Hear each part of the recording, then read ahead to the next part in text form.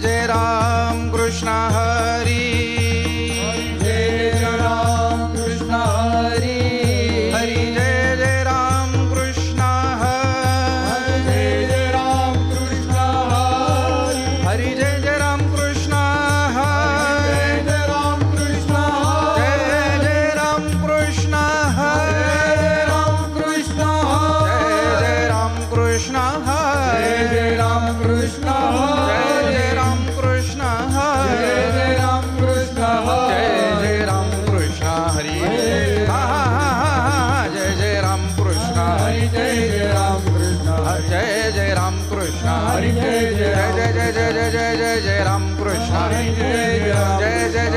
जय राम कृष्ण हरी जय राम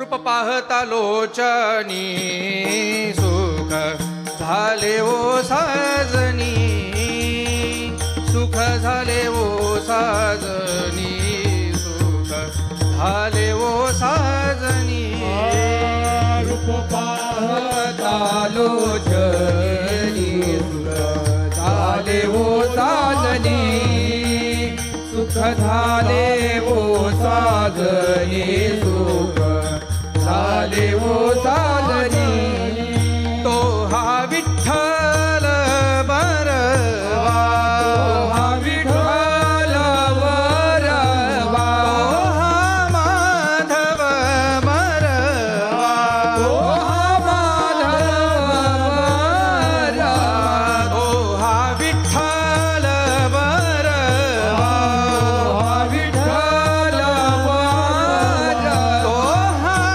विठ्ठल बरवा विठ्ठल वरवा तो हा विठ्ठल बरवा तो हा माधव बरवा तो हा माधव बरवा तो हा माधव बरवा तो हा विठ्ठल वरवा तो हा माधव वरवा तो हा माधव वरवा तो हा माधव वरवा जय राम कृष्ण हरे जय राम कृष्ण जय राम कृष्ण हरे जय राम कृष्ण हरे जय राम कृष्ण हरी जय राम कृष्ण हरी जय राम कृष्ण हरी जय राम जय राम कृष्ण हरि जय राम कृष्ण हरि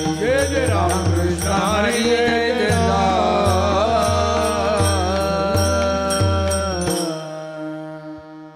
शुद्ध बीजा पोटी फळे रसाळ गोमटी फळे रसाळ गोमटी फळे रसाळ गोमटी शुद्ध बीजा पोटी फळे रसाळ गोमटी फळे रसाळ गोमटी फळे रसाळ गोमटी शुद्ध बीजा पोटी फळे रसाळ गोमटी फळे रसाळ गोमटी फळे रसाळ गोमटी शुद्ध बीजा पोटी फळे रसाळ गोमटी फळे रसाळ गोमटी फळे रसाळ गोमटी मुखी अमृताची वाणी अमृताची वाणी अमृताची वाणी अमृताची वाणी अमृताची वाणी देह देवाचे कारणी देह देवाचे कारणी देह देवाचे कारणी मुखी अमृताची वाणी देह देवाचे कारणी देह देवाचे कारणी देव देवाचे कारणी सर्वांग निर्मळ चित्त जैसे गंगाजळ चित्त जैसे गंगाजळ चित्त जैसे गंगाजळ सर्वांगी निर्मळ चित्त जैसे गंगाजळ जल चित्त जैसे गंगा जल चित्त जैसे गंगा जल ही अमृताची वाणी अमृताची वाणी ही अमृताची वाणी अमृताची वाणी अमृताची वाणी देह देवाचे कारणी देह देवाचे कारणी देह देवाचे कारणी अमृताची वाणी देह देवाचे कारणी देह देवाचे कारणी देह देवाचे कारणी हा तुका म्हणे जाती ताप दर्शने विश्रांती ताप दर्शने विश्रांती ताप दर्शने विश्रांती तुका म्हणे जाते ताप दर्शने विश्रांती ताप दर्शने विश्रांती ताप दर्शने विश्रांती तुका म्हणे जाती ताप दर्शने विश्रांती ताप दर्शने विश्रांती ताप दर्शने विश्रांती तुका म्हणे जाती ताप दर्शने विश्रांती ताप दर्शने विश्रांती ताप दर्शने विश्रांती ही अमृताची वाणी ही अमृताची वाणी ही अमृताची वाणी ही अमृताची वाणी ही अमृताची वाणी देह देवाचे कारणी देह देवाचे कारणी देह देवाचे कारणी ही अमृताची वाणी देह देवाचे कारणी देह देवाचे कारणी देह देवाचे कारणी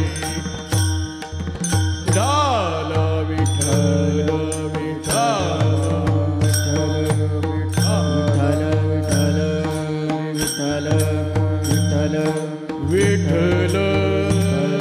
विठ्ठल विठ्ठल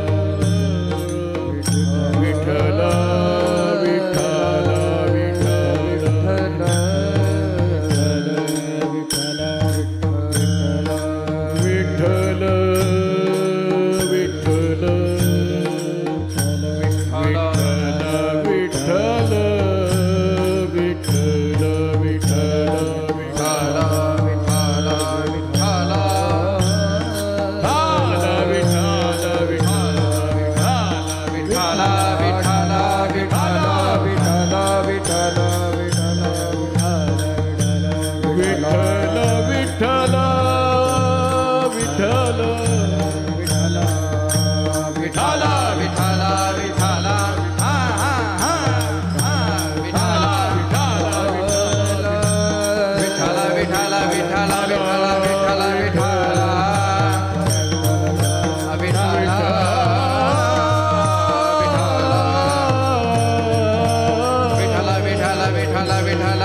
विठ्ठल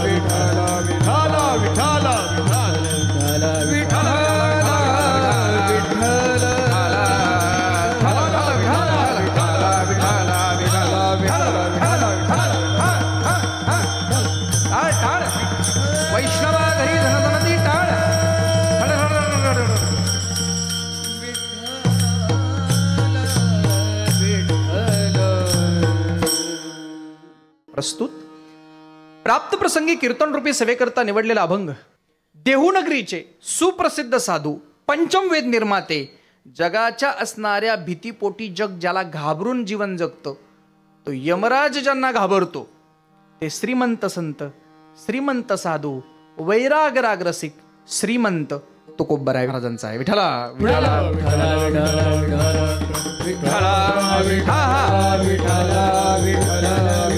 शुद्ध बीजा पोटी फळे रसाळ गोमटी मुखी अमृताची वाणी, देह देवाचे कारणी. आजच्या अभंगामध्ये महाराज फार छान बोलतायत, फार गोड बोलतायत. महाराजांच्या आजच्या बोलण्याला एक वैशिष्ट्यपूर्ण शैली आहे, वैशिष्ट्यपूर्ण झालर आहे. काय झालर आहे? महाराजांचं आजचं चिंतन थोडंसं अनोखं आहे. महाराज अनेक अभंगामध्ये सिद्धांत मांडतात, अनेक अभंगामध्ये दृष्टांत मांडतात, अनेक अभंगामध्ये फलश्रुती मांडतात. पण आजच्या अभंगामध्ये याचं ओतप्रोत दर्शन भरूनच आजचा अभंग महाराजांनी आपल्यासमोर मांडलेला आहे. फार सुंदर. आपण जो अभंग ऐकलात, महाराजांनी सांगावं, शुद्ध बीजापोटी फळे रसाळ गोमटी.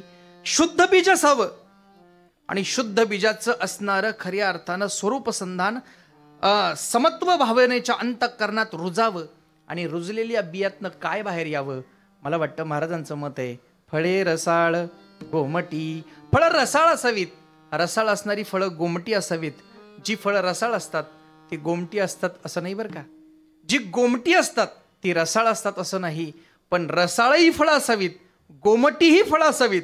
महाराज आपण अभंगाच्या दृष्टीच्या विचारानं अभंगाच्या पहिल्या चरणात तर एक सिद्धांत दिलाय. शुद्ध बीजाच्या पोटामध्ये त्याच्या असणाऱ्या समत्वगादीच्या रुजनीकरणानं आपल्याला जर फळ रसाळ मिळायचं असेल, फळ सात्विक गोमट मिळायचं असेल, काय करावे लागेल? महाराजांनी पहिल्यांदा बाह्य रंगाचं असणारं स्वरूप दर्शन व्यक्त केलंय. फार ऐकलं पाहिजे. बाह्य रंगाचं दर्शन आहे. काय बाह्य रंगाचं दर्शन आहे? महाराज म्हणतात ते फळ रसाळ असावं असं वाटत जर असेल, ते फळ गोमट असावं असं जर वाटत असेल, तर त्या गोमट्या फळाला पाहताना त्याचं बाह्यरंग तुम्हाला पहिल्यांदा दिसेल. जे फळ रसाळ आहे, जे फळ गोमट आहे, ते कसं असेल त्याच्या बाह्यरंगानं व्यक्तीकरण होईल. आणि बाह्यरंगाचं व्यक्तीकरण काय असेल? महाराज म्हणतात, मुखी अमृताची वाणी, देह देवाचे कारणी. अहो तो बाह्यरंगानं कसा असेल? महाराज त्याच्या मुखामध्ये गोड अमृताची वाणी असेल. त्या अमृताच्या वर्षावानं त्याचं चिंतन अखंड आयुष्यभर देहानं करत जाईल आणि देहाला केलेलं चिंतन त्याचं त्या असणाऱ्या देवापर्यंत पोहोचल्याशिवाय राहणार नाही. हे बाह्यरंगाचं स्वरूप दर्शन महाराज सांगतायत. बरं, अंतरंगाचं दर्शन पाहिलं पाहिजे महाराज. बाह्यरंगाने व्यक्त होणारी माणसं अंतरंगानं मात्र कुठंतरी कमी असतात, कुठंतरी दडलेली असतात. पण महाराज तुम्ही पहिल्या चरणामध्ये सिद्धांत दाखवताय, दुसऱ्या चरणामध्ये बाह्य स्वरूप दाखवताय, पण आम्हाला तिसऱ्या चरणात काय दाखवायचं प्रयोजन आहे? महाराजांचं मतच असं आहे. महाराज म्हणतात पहिल्यांदा बाह्यरंगानं माणूस ओळखला की त्याचा अंतरंग ओळखण्यासाठी फार वेळ जात नाही, अंतरंगात शिरण्यासाठी फार वेळ जात नाही. मग अंतरंगात कसं जावं? महाराजांनी सांगावं, बाहेरून जरी तो मुखानं गोड बोलत असला ना, बाहेरून जरी तो देव जवळ करण्याचा प्रयत्न देहानं करत जरी असला ना, तरी मला वाटतं त्याचं अंतरंग कसं असलं पाहिजे? महाराजांनी म्हणावं, सर्वांग निर्मळ, सर्वांग निर्मळ, चित्त जैसे गंगाजळ. अंतःकरणानं अंतरंगानं तो कसा असला पाहिजे? तो सर्वांगानं निर्मळ असला पाहिजे. त्याचं चित्त गंगेच्या पाण्याप्रमाणे अतिशय शुद्ध सात्विक शांत रसाचं असलं पाहिजे.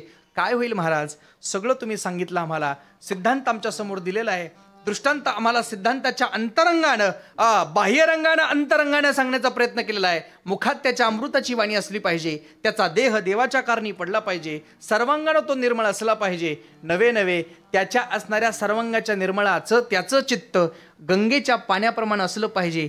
होईल काय? जगाच्या बाजारात फळ मिळाल्याशिवाय माणूस प्रयत्न सुद्धा करत, कर्म नाही म्हटलं मी, प्रयत्नही करत नाही. कर्माचा प्रयत्न करणारी जात कर्मफलाची आधी आशा व्यक्त करते, कारण फळ जोपर्यंत दिसत नाही तोपर्यंत कर्म कोणी करत नाही. महाराज फळ काय? महाराज फार गोड बोलतायत. महाराज म्हणतात फळ इतकं गोड फळ आहे, त्याची फलश्रुती महाराजांनी शेवटच्या चरणात सांगावी. महाराज म्हणतात, तुका म्हणे जाती, तुका म्हणे जाती, ताप दर्शने विश्रांती. जातो ताप. आयुष्यामध्ये जो तापलेला जो जीव आहे त्याच्या असणाऱ्या तापमुक्त अवस्थेला जाण्यासाठी त्याला ताप जातो. आणि काय मिळते? मला वाटतं मिळते विश्रांती. कधी मिळेल महाराज? मुखी अमृताची वाणी, देह देवाचे कारणी. विठ्ठला विठ्ठला विठ्ठला विठ्ठला विठ्ठला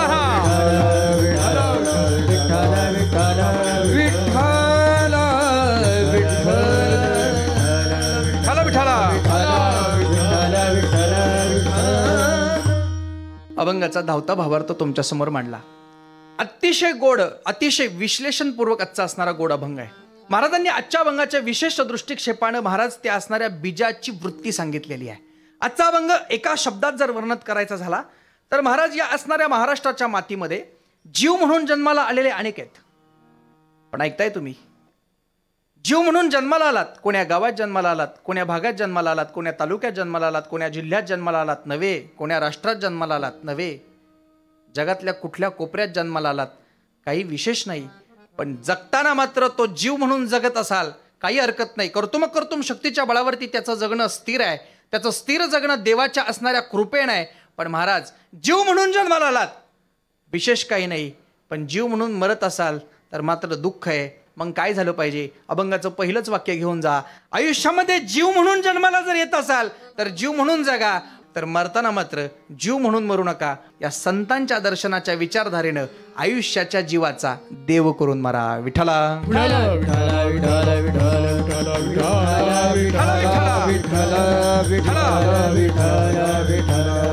महाराज, एका मोठ्या संत परंपरेच्या विचारधारेने एक वाक्य फार सुंदर सांगितले, फार छान सांगितले. वाक्य सांगण्यापूर्वी वाक्याचा पूर्वार्ध आणि उत्तरार्ध सांगतो. वाक्याचा पूर्वार्ध फार छान आहे, फार गोड आहे, ऐकण्यासारखा आहे, आनंद वाटेल, आपलं मन भरून येईल असा आहे. पण वाक्याचा उत्तरार्ध सांगितलं तर तुमच्या मनामध्ये कुठेतरी खंत निर्माण होईल असंही ते वाक्य आहे. एकाच वाक्यामध्ये आनंद आहे, एकाच वाक्यामध्ये हर्ष आहे, पण एकाच वाक्यामध्ये आपल्याच कृतीची अवहेलना नाही म्हणून तिथं कुठंतरी दुःख आहे. ऐका, अहो, जगात जितके संत झाले नाहीत ते केवळ न केवळ फक्त एकट्या महाराष्ट्रात झाले. ही महाराष्ट्राची सगळ्यात मोठी क्रांती आहे, सगळ्यात मोठी क्रांती आहे. आनंदाचं वाक्य आहे. जगात जितके संत झाले नाहीत ते केवळ आणि केवळ एका महाराष्ट्रात झाले. पण एक वाक्य आनंदाचं बोललो होतो, पण त्याच्या पुढचं वाक्य बोललं तर तुम्हाला कुठंतरी तुमच्या अंतःकरणामध्ये दुःख उचंबळून आल्याशिवाय राहणार नाही. काय वाक्य आहे? महाराज म्हणतात, जगात जितके संत झाले नाहीत तितके संत केवळ आणि केवळ एकट्या महाराष्ट्रात झाले. पण ते सारेच्या सारे संत जिवंत असताना या महाराष्ट्राच्या मातीला कळाले नाहीत. महाराष्ट्राच्या मातीला ज्ञानोबा मिळाले, महाराष्ट्राच्या मातीला तुकोबा मिळाले, महाराष्ट्राच्या मातीला शिवबा मिळाले आणि महाराष्ट्राच्या मातीला हा विठोबा मिळाला. अंतःकरणाचा ज्ञानोबा कळावा, जगद्गुरु तुकोबा कळावेत, अंतःकरणाच्या मायमाऊलीचा असणारा शिवबा कळावा आणि या असणाऱ्या सर्वांना एकत्र करणारा माझा विठोबा कळावा. त्याच दिवशी या महाराष्ट्राच्या प्रत्येक जीवाचा उद्धार झाल्याशिवाय राहणार नाही. विठ्ठला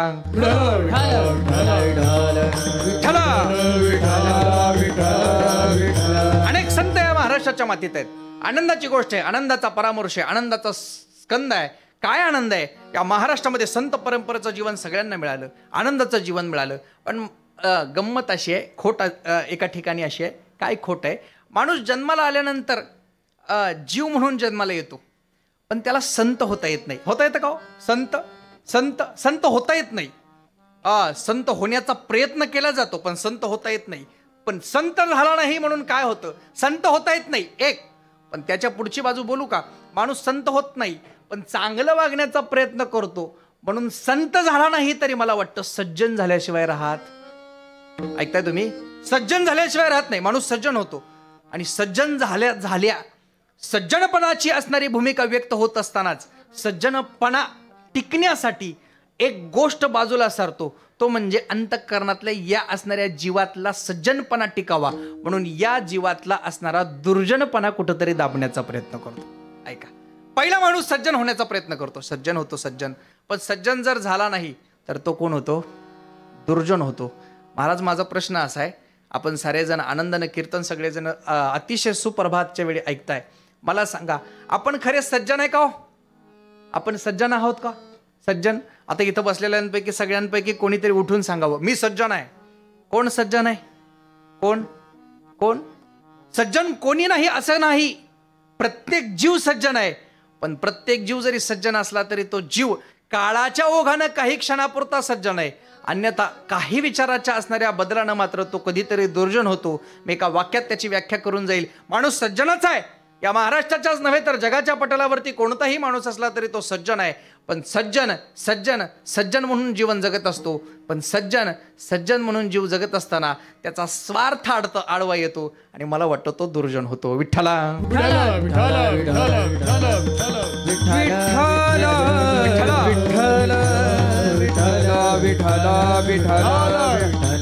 शुद्ध बीजा पोटी फळे रसाळ गोमटी मुखी अमृताची वाणी देह देवाचे कारणी. महाराज, बीज शुद्ध असावं आणि बीज शुद्ध असल्यानंतर त्याचं फळही शुद्ध असतं बरं का. बीज शुद्ध असलं तर त्याचं फळ शुद्ध असतं. पण कित्येक महाराष्ट्राच्या पटलावरती शुद्ध बीज आहेत, पण त्याची फळं मात्र शुद्ध नाहीत. कित्येक बीज अशुद्ध आहेत, पण त्यांची फळं मात्र शुद्ध आहेत. वर्गीकरण केलं या महाराष्ट्राच्या संत परंपरेच्या विचारधारेनं. काय झालं? पहिला वर्ग त्यांनी निवडला. तो पहिला वर्ग असा आहे, बीजही अशुद्ध आहे आणि बीज अशुद्ध असल्याच्या कारणास्तव त्याचं फळही अशुद्ध आहे. महाराज अशुद्ध आहे. दुसरा वर्ग निवडला ज्याचं बीज शुद्ध आहे, पण बीज शुद्ध आहे तरी त्याचं फळ मात्र महाराज अशुद्ध आहे. तिसरा प्रवर्ग निवडला ज्याचं बीज अशुद्ध आहे, पण त्याचं फळ मात्र शुद्ध आहे. आणि चौथा वर्ग जो आजच्या अभंगासाठी फार महत्वाचा आहे, चौथा वर्ग फार महत्वाचा आहे. कोणता वर्ग आहे? ज्याचं बीजही शुद्ध आहे आणि त्याचं फळ सुद्धा काय महाराज? त्याचं फळ सुद्धा शुद्ध आहे. पहिला वर्ग आपण एका मिनिटात विचारात घेऊ. कोण आहे असा की ज्याचं बीज अशुद्ध आहे? कोण आहे असा ज्याचं फळही अशुद्ध आहे? क्षणभराकरता महाभारतात घेऊन जातो. महाभारताचा असणारा महापराक्रमी राजा ज्याचं नाव आहे धृतराष्ट्र, जो जन्मांध आहे, जो आंधळा आहे. पण जन्मांध आंधळा जरी असला तरी त्याचं असणारं बीज अशुद्धीकरणाच्या वाटचालीमध्ये आहे. आपलं ते आपलंच, पण आपल्याला दुसऱ्याचं सुद्धा आपलं घ्यावंसं वाटतं. या नादापायी आपले असणाऱ्या जीवाचं असणारं संबोधन दुराचारी व्यक्तिमत्वाच्या असणाऱ्या दिशेने वाटचाल करू लागलंय. आज आपल्याला जे आहे त्याच्यात आपलं समाधान नाही, जे मिळालंय त्याच्यात आनंद नाही, अजून काहीतरी मिळावं या अपेक्षेनं जीव जगण्याचा प्रयत्न करतो आहे. आणि या प्रयत्नानं त्याचं असणाऱ्या जीवाचं अनुसंधान होत असताना बीज, धृतराष्ट्ररूपी बीज अशुद्ध आहे, पण त्याचं फळ एक नाही, दोन नाही, तीन नाही, अख्खे सारेच्या सारे तिकडे लावून घ्या. 100च्या 100 कौरव आहेत, पण ते सारेच्या सारे अशुद्ध. बीज अशुद्ध निघालं, त्यांचं फळ दुर्योधन रूपी बीज अशुद्ध निघालं. महाराज दुसरा प्रवर्ग आहे ज्याचा बीज सात्विक अंतःकरणानं शुद्ध आहे. किती शुद्ध आहे? चाले हे शरीर कोणाची सत्य कोण बोलवितो हरिवीन. कृष्ण भगवान परमात्म्याच्या असणाऱ्या जीवत्व गादीचा असणारा विचार करणारा माझा कृष्ण, कृष्ण म्हणून विचार करतो, कृष्ण म्हणून जीवत्व गादीचा उद्धार करतो. पण जगाच्या पाठीवरती त्याचं असणारं बीज त्याच्या असणाऱ्या फलाकडे जात असताना मात्र अशुद्धतेला जातं. जांबवती नावाची त्याची राणी आहे. रुक्मिणीनंतर तिचा विवाह आहे आणि रुक्मिणीनंतरच्या विवाहबंधनाच्या जांबवंतीचा असणारा एक मुलगा सांब, त्याच्या कृपादृष्टीनं खऱ्या अर्थानं कुळाचा असणारा लोप पावला. बीज शुद्ध आहे, पण त्याचं फळ मात्र अशुद्ध आहे. पुढे चला. जगाच्या पाठीवरती अशुद्ध बीज आहे. नारायण नारायण उच्चार केला तरी राग येतो. अशा असणाऱ्या हिरण्यकश्यपूचा जर विचारात अंतःकरणात केला तर हिरण्यकश्यपूला नारायण नावाचा असणारा तेटकार आहे. पण जगाच्या पाठीवरती हिरण्यकश्यपूच्या असणाऱ्या पोटी कयादू मातेच्या असणाऱ्या अंतःकरणाच्या दृष्टिक्षेपानं असणारं लेकरू मात्र प्रल्हाद रूपी शुद्ध आहे. काय झालं? प्रसूती अंतःकरणाच्या गर्भस्थ गादीच्या असणाऱ्या नारायण नाम विरोधकाच्या असणाऱ्या माझ्या हिरण्यकश्यपूचं चिंतन राज्यभरात सगळीकडे चांगल्या पद्धतीने चांगलं आहे. पण तरी सुद्धा तपश्चर्याच्या निमित्तानं बाहेर पडावं, साधन व्यवस्था निर्माण करावी आणि साधकाची हितवृत्ती जागृत करावी म्हणून बाहेर पडला तपश्चर्यासाठी. पण क्षणार्धात घरात पुन्हा राजवाड्यात माघारी आला. राग आला. काय राग आला? काय कारण झालं? बायको कयादून विचारलं, कशासाठी? तपश्चर्याला निघाला होतात ना, का अचानक माघारी आलात? काही नाही, तपश्चर्याला मी निघालो असताना कोणीतरी नारायण म्हणून एक शब्द या असणाऱ्या दगडावरती लिहिलाय. कोणी लिहिला माहित नाही, फक्त नारायणच लिहिला होता. पुढं मागं काही लिहिलं होतं? काय लिहिलं होतं? नारायण लिहिलं होतं. काळ्या दगडाच्या असणाऱ्या दगडावरती पांढऱ्या रेगेनं लिहिलं. काय लिहिलं होतं? नारायण लिहिलं होतं. कधी लिहिलं होतं? सकाळी लिहिलं होतं. तुम्ही कधी पाहिलं? सकाळी पाहिलं होतं. काय लिहिलं होतं? पुन्हा नारायण लिहिलं होतं. वारंवार करत असंख्य वेळा नारायण नामाचा जप कयादू मातेनं खऱ्या अर्थ हिरण्यकश्यप करून घेतला. केलेल्या असणाऱ्या चिंतनाचं फल काय मिळालं? काय फल मिळालं? मला वाटतं पोटी प्रल्हाद जन्माला आला. बीज अशुद्ध आहे, पण त्याचं फळ मात्र शुद्ध आहे. आणि तिसरा प्रवर्ग संपल्यानंतर चौथा प्रवर्ग छान चालू होतो, तो सुंदर चालू होतो. काय असणारा प्रकार आहे? बीज शुद्ध आहे आणि शुद्ध बीज असलेल्या शुद्ध बीजाकडे पाहत असताना बीजाच्या बरोबर त्याचं फल सुद्धा कसं आहे? शुद्ध आहे.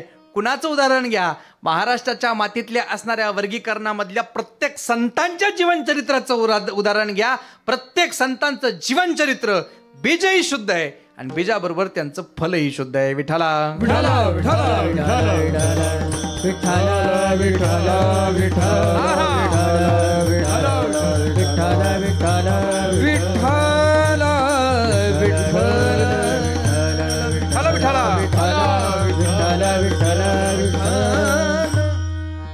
श्रीमंत संत असणाऱ्या संत परंपरेच्या वर्गीकरणामध्ये आनंदाचा कंद करत असणाऱ्या सगळ्यात संत परंपरानं हेच चिंतन केलंय, हेच जतन केलंय, हेच आयुष्याची असणारी कृपानिधी अवस्था निर्माण केली आहे.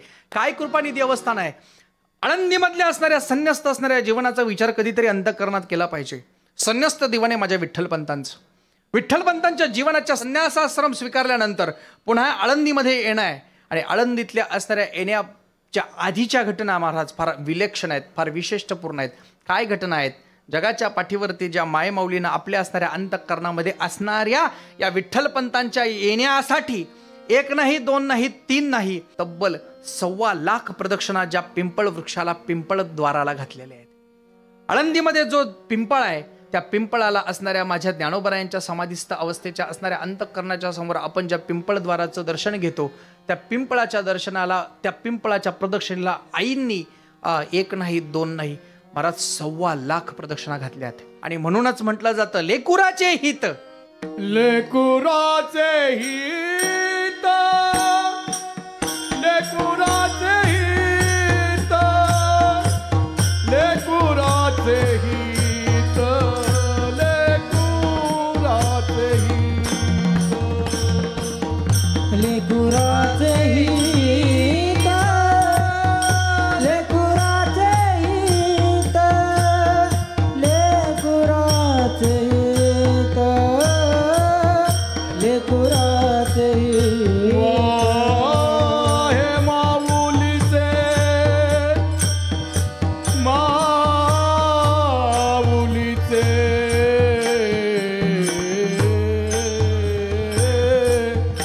माऊलीचे चित्त,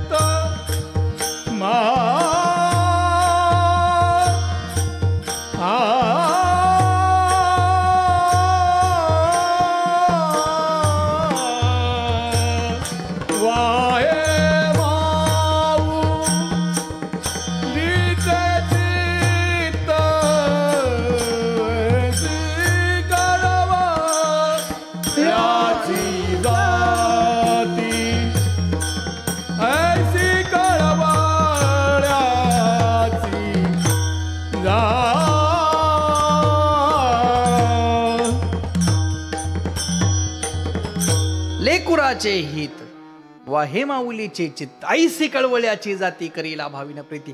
विठ्ठलपंतांच्या मागे असणाऱ्या रुक्मिणी आई साहेबांनी तब्बल 1.25 लाख प्रदक्षिणा घातल्यात माझ्या सुवर्ण पिंपळाला. आणि सुवर्ण पिंपळाच्या असणाऱ्या भूमिलेखानं आळंदीमध्ये आगमन आहे, स्वागत आहे, समारोप आहे, आनंदाचा स्कंद आहे. पण जगभ्रमण त्या असणाऱ्या परमेश्वरानं फार मोठी कृपा केली आहे. आज ज्ञानोबरायांकडे पाहिलं, आज तुकोबरायांकडे पाहिलं तर आपल्याला आनंद आहे, आपल्याला स्वानंद आहे, आपल्याला जीवत्व गादीचा उद्धार आहे.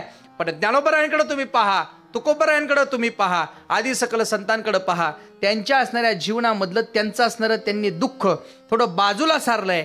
पण आनंदाचा असणारा वर्षाव तुमच्या आमच्या पदरामध्ये ओतप्रोत भरलेला आहे. आनंदाच्या असणाऱ्या स्वस्वरूपाच्या गादीनं प्रत्येक क्षणाक्षणाला प्रत्येक विचारधर्तीचा असणारा मागोवा आहे. किती मागोवा आहे? विठ्ठलपंतांनी असणारा संन्यास घ्यावा, रुक्मिणी आई साहेबांनी त्याच्या मागे असणारी त्यांची असणारी सेवा करावी, असणाऱ्या सिद्धेश्वराला स्मरून 1.25 लाख प्रदक्षिणा असणाऱ्या माझ्या पिंपळ वृक्षाला घालाव्यात. काय फल आहे, काय फल आहे? मला वाटतं एकच फल आहे. जगाच्या बाजाराला उद्धार करण्यासाठी या जगाचा जो बाजार झालाय तो बाजार थांबवून जीवाच्या प्रत्येक जीवाचा उद्धार झाला असा पाहिजे, यासाठी प्रयत्नवादाची 4 लेकरं या असणाऱ्या महाराष्ट्राच्या मातीला मिळाली. कोणेत लेकरं? महाराज म्हणतायत मुक्ताबाई ज्ञान दीपती कळा, दीपती कळा, मुक्ताबाई ज्ञान दीपती कळा, दीपती कळा, मुक्ताबाई ज्ञान दीपती कळा, दीपती कळा, मुक्ताबाई ज्ञान दीपती कळा. ते हे निवृत्तीनाथ ज्ञानेश्वर सोपान, ते निवृत्तीनाथ ज्ञानेश्वर सोपान, ते हे निवृत्तीनाथ ज्ञानेश्वर सोपान, ते निवृत्तीनाथ ज्ञानेश्वर सोपान, मुक्ताबाई ज्ञान दीपती कळा, दीप्ती कळा, मुक्ताबाई ज्ञान दीप्ती कळा. दीपती कळा मुक्ताबाई ज्ञान दीपती कळा मुक्ताबाई ज्ञान दीपती ते हे निवृत्तीनाथ ज्ञानेश्वर सोपान मुक्ताबाई ज्ञानदीपती कळा. महाराज ती मुक्ताबाई आहे, ती लहान आहे, ती छोटीशी आहे. ते ज्ञानेश्वर महाराज आहेत, ते निवृत्तीनाथ महाराज आहेत, ते सोपान काका आहेत. जगाच्या पाठीवरती या 4 लेकरांच्या असणाऱ्या आयुष्याच्या विचारधारणेने काय क्रांती झाली. महाराष्ट्र सुधारला. महाराज एखाद्या लहान लेकराकडे तुम्ही जर पाहिलं ना, काय शुद्ध सात्विक भाव आहे हो. तुम्ही लहान लेकरू एखादं छोटंसं पहा, एखाद्या अंगणावरती खेळणारं लहान लेकरू तुम्ही बारकाईनं पहा. ते लेकरू कोणाचं आहे, त्याची आई कोण, त्याचे वडील कोण, त्याचं घर कोणतं, त्याचं कुटुंब कोणतं, त्याची कुळ जात काहीच पाहिलं जात नाही. काय पाहिलं जातं, अंगणात खेळणारा लेकरू अंगणात खेळतंय आणि खेळणाऱ्या लेकराला जवळ घ्यावं, त्याला कडेवर घ्यावं, त्याचे 2 पापे घ्यावेत आणि त्याच्याकडनं मिळणारं स्वांत सुख आपल्याला मिळावं, इतकाच असणारा आनंद आहे लेकराचा सांगतोय मी. पण ते लेकरू लहान आहे ना, ते लहानपणाचं लेकरू छान दिसतं बरं का. ऐकताय ना तुम्ही, लहानपणाचं लेकरू छान दिसतं, गोड दिसतं, थोडंसं गोंडसही दिसतं आणि ते आपल्याला जवळ घ्यावंसं वाटतं. पण जे जवळ घ्यावंसं वाटतं, जे लेकरू लहान दिसतं, जे गोंडस दिसतं, जे गोड दिसतं, तेच मोठं होऊन मात्र ते लहान गोंडसपणा जपत मात्र ते मात्र लाद घातल्याशिवाय राहत नाही. कृपेची अवकृपा आहे. काय अवकृपा आहे. सज्जन पदाची गादी निर्मित अवस्थेच्या शुद्ध अंतःकरणानं जात असताना शुद्ध होण्याचा प्रयत्न करते. पण प्रयत्न करत असताना मात्र ते सात्विक प्रयत्नासाठी काय करावं लागतं. मला वाटतं सात्विक प्रयत्नासाठी त्याच्या आई वडिलांची शुद्धता असावी लागते. जोपर्यंत आई वडिलांची शुद्धता नाही तोपर्यंत लेकराची शुद्धता नाही. लेकरू जर प्रभावशाली व्हायचं असेल, लेकरू जर उत्तम गतीला जायचं असेल, लेकरू जर अंतःकरणाच्या गादीची स्थिरता कमवणारं असावं असं वाटत असेल, तर लेकराच्या आई वडिलांची असणारी भूमिका शुद्ध असावी लागते. महाराज म्हणतात, तुका म्हणे सुख पावे या वचनी, ज्याची शुद्ध दोन्ही माय बापे, ज्याची शुद्ध दोन्ही माय बापे, ज्याची शुद्ध दोन्ही माय बापे, ज्याची शुद्ध दोन्ही. तुका म्हणे सुख पावे या वचनी, तुका म्हणे सुख पावे या वचनी, तुका म्हणे सुख पावे या वचनी, तुका म्हणे सुख पावे या वचनी, ज्याची शुद्ध दोन्ही माय बापे, ज्याची शुद्ध दोन्ही माय बापे, ज्याची शुद्ध दोन्ही माय बापे, ज्याची शुद्ध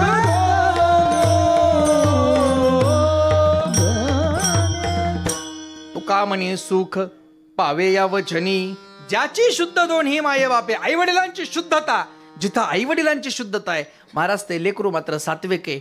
कधीतरी तुम्ही आनंदाच्या कंद सखा पांडुरंगाच्या असणाऱ्या न्यायप्रविष्ट अवस्थेमध्ये कधीतरी बारकाईनं ज्ञानोबरायांच्या असणाऱ्या गर्भस्थ असणाऱ्या समाधीस्थ मूर्तीच्या असणाऱ्या मूर्तीवरती समाधीवरती कधीतरी डोकं टेकवा. माझा नेहमीचा प्रश्न आहे, कोण आहेत आपले ज्ञानोबर आहे, असं काय सुख आहे, असा काय आनंद आहे. पण महाराज विठ्ठलपंतांची आई रुक्मिणी आईसाहेबांची आपल्यावरती असणारी प्रेमस्वरूप प्रेम कृपा आहे. काय कृपा आहे.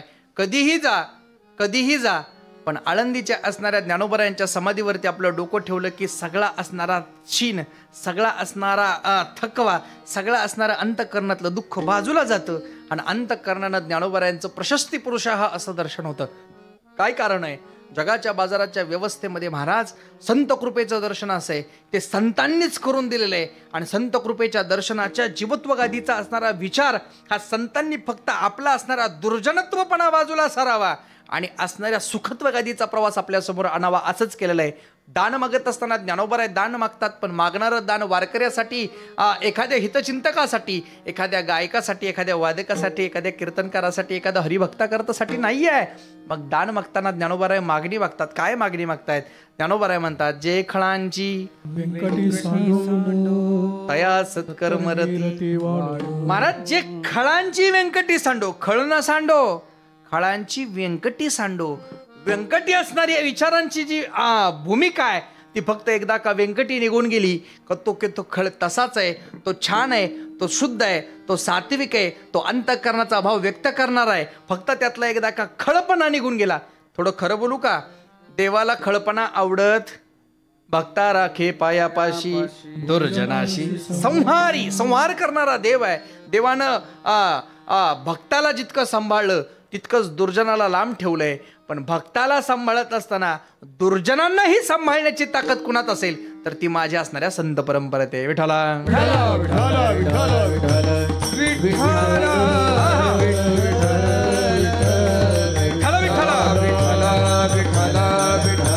महाराज, गुरुत्वगादीनं ही असणारी जीवाची क्रांती कशी होईल, कोणत्या आधारावरती जीव शुद्ध होईल? जीव शुद्ध सहज होत नाही. शुद्ध होण्यासाठी प्रयत्न करावा लागतो. एखादा पाण्यातला असणारा पाणी, गढूळ पाण्याचा पेला तुम्ही घ्या. गढूळ पाण्याचा पेला तुमच्या असणाऱ्या हातामध्ये धरा. गढूळ पाण्याचा पेला जर तुम्ही काचेच्या असणाऱ्या एखाद्या दृष्टिक्षेपानं जर बारकाईनं पाहिला, अंतःकरणातलं गढूळ काचेच्या असणाऱ्या पाण्यातलं गढूळपण त्याचं असणारं गढूळत्व सिद्ध करतं. पाणी गढूळ आहे, मान्य आहे, पाणी गढूळ आहे, बर, मग काय केलं पाहिजे? त्याच पेल्यातलं पाणी शुद्ध करायचं असेल तर पेला पूर्ण ओतून दिल्यावर शुद्ध होईल, पण पेल्यात मात्र काही राहणार नाही. एक अवस्था अशी आहे, पेल्यातलं पाणी तर कुठं गेलं नाही पाहिजे, पण पेल्यातलं पाणी पेल्यातच राहून सुद्धा पेल्यातलं पाणी शुद्ध झालं पाहिजे. काय करावं लागेल? महाराज गंमत करताय का? आया माता मावल्या म्हणतील, महाराज सांगताय ते खोटं काहीतरी सांगताय का? नाही, पेल्यातलं पाणी तसंच ठेवायचंय. पण पेल्यातलं पाणी तसंच ठेवत असताना पेल्यातल्या पाण्यातलं पाणी बाजूला जाऊन त्या असणाऱ्या पाण्याऐवजी दुसरं स्वच्छ शुद्ध सात्विक पाणी तिथं आलं पाहिजे. काय करावं लागेल? असा कोणता प्रयोग आहे? प्रयोग कोणताच नाही. पेला आहे ना, पेला जो गढूळ पाण्याचा आहे, तो पेला फक्त अशा एखाद्या शुद्ध सात्विक धारेच्या खाली धरला पाहिजे की त्या असणाऱ्या धारेचं पाणी त्यात पेल्यात पडलं पाहिजे. काय होईल महाराज? काय होईल? काय होईल म्हणून काय सांगता? या असणाऱ्या सात्विक धारेच्या पाण्याच्या असणाऱ्या त्या धारेनं आतल्या गढूळत्व पाणीवरती प्रहार होईल. आणि प्रहार झाल्यानंतर एकदा तो प्रहार तुम्ही जर सातत्यानं जर करत राहिला तर वरची धार सात्विकाची आहे, खालची धार असात्विकाची आहे. पण सात्विकाची धार महाराज इतकी तेजस्वी असेल की वरच्या सात्विक धारेनं खालच्या असणाऱ्या पेल्यातलं पाणी गढूळ जरी असलं तरी ते उचंबळून आल्याशिवाय राहणार नाही. आणि मग काय होईल? एक क्षण असा येईल, एक वेळ अशी येईल की आतमध्ये खाली असणारं असात्विकतेचं पाणी, गढूळत्वगादीचं पाणी एकदा का निघून गेलं की खऱ्या अर्थानं गढूळच होता पेला, पण गढूळातलं गढूळत्व राहणार नाही, सात्विकातलं सात्विकत्व राहणार नाही. मग काय होईल? सात्विकातलं सात्विकत्व संपून जाईल. आणि मग काय होईल? राहील ते फक्त आणि फक्त शुद्ध सात्विक पाणी तिथं राहील. विठ्ठला विठ्ठला विठ्ठला विठ्ठला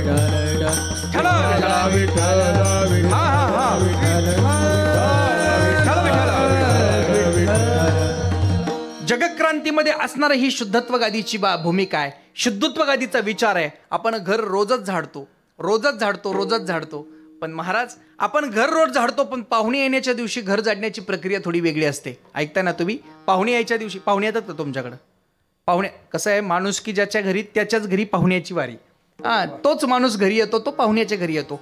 पाहुणे येतात पाहुणे, पण पाहुणे येण्याआधी एक गोष्ट करावी लागते, घर झाडून घ्यावं लागतं. आणि घर झाडून स्वच्छ झालं की त्याच्या ऐवजी त्या असणाऱ्या झाडलेल्या घराच्या असणाऱ्या हॉलमध्ये, आपल्या असणाऱ्या बैठकीच्या खोलीमध्ये एक गालिचा अंथरावा लागतो. बरोबर ना?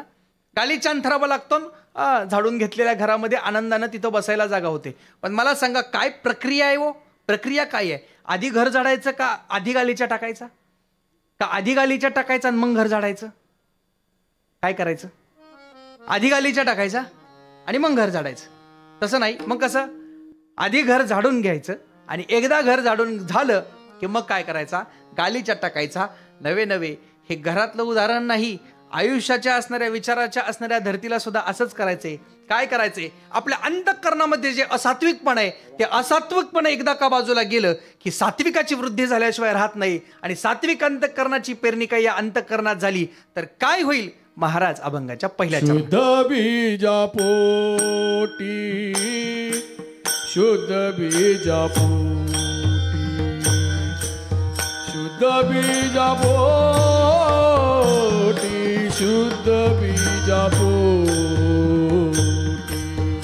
शुद्ध बीजा पोटी, शुद्ध बीजा पोटी, शुद्ध बीजा पोटी शुद्ध बीजा पोटी शुद्ध बीजा पोटी शुद्ध बीजा पोटी शुद्ध बीजा पोटी शुद्ध बीजा पोटी शुद्ध बीजा पोटी शुद्ध बीजा पोटी शुद्ध बीजा पोटी शुद्ध बीजा पोटी फळे रसाळ गोमटी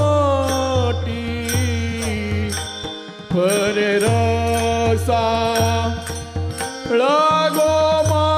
गोमटी मुकी अमृताची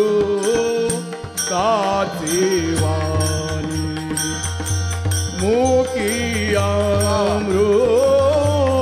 अमृताची वाणी फळे रसा लगोमाडी फळे रसाळ गोमटी मुकी ताची वाडी मुके ताची वाडी